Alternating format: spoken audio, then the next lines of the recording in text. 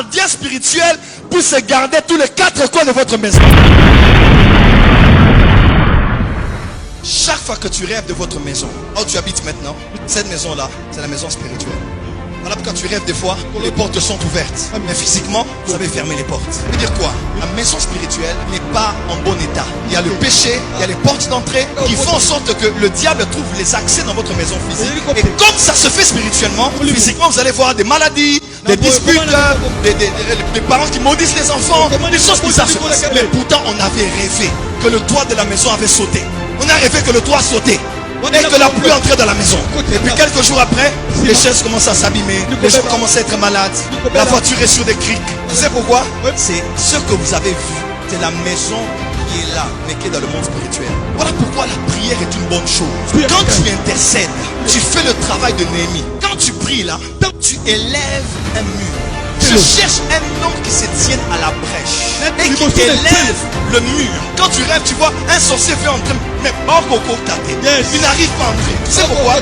Parce que spirituellement, la vie de prière a monté une muraille. Ils ne peuvent voir et ils ne peuvent y entrer. N'entretenez pas que vos maisons.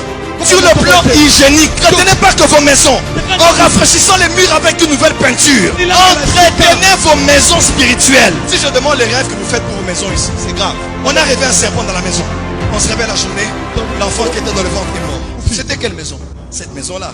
C'est la maison invisible qui est superposée à la maison physique. Vous allez voir, j'ai rêvé, j'étais dans une église, j'ai vu que tout est blanc. J'ai vu la lumière. C'est l'état spirituel de l'église spirituelle qui est là dans l'église physique. Je suis venu à la porte des cieux.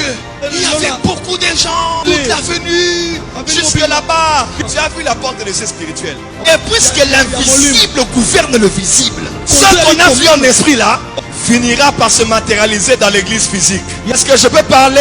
Tu me donnes l'autorisation de parler sur ta maison?